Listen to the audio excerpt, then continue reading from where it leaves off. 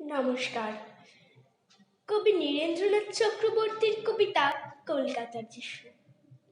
লাল বাতির নিষেধ ছিল না, তবুও ঝড়ের বেগে ধাবমান কলকাতা শহর অতর্কিতে থেমে গেল। ভয়ঙ্কর ভাবে টাল সামলে নিয়ে দাঁড়িয়ে রইল ট্যাক্সি ও প্রাইভেট, টেম্পো, বাঘমার্কা ডাবল ডেকার।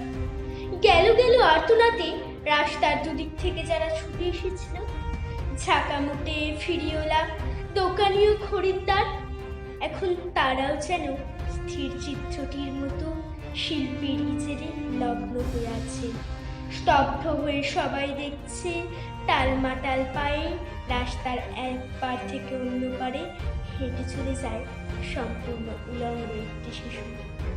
খানিক আগেই বৃষ্টি হয়ে গেছে চৌরঙ্গি পাড়ায়। এখন রোদ্দুর ফেরতি দীর্ঘ বল্লমের মতো মেঘের হৃৎপিণ্ড ফুঁড়ে নেমে আসছে। মায়াবী আলো ভাসছে কলকাতা শহর। স্টেট বাসের জানালায় মুখ রেখে একবার আকাশ দেখি, একবার তোমাকে। ভিখারি মায়ের শিশু, কলকাতার যিশু।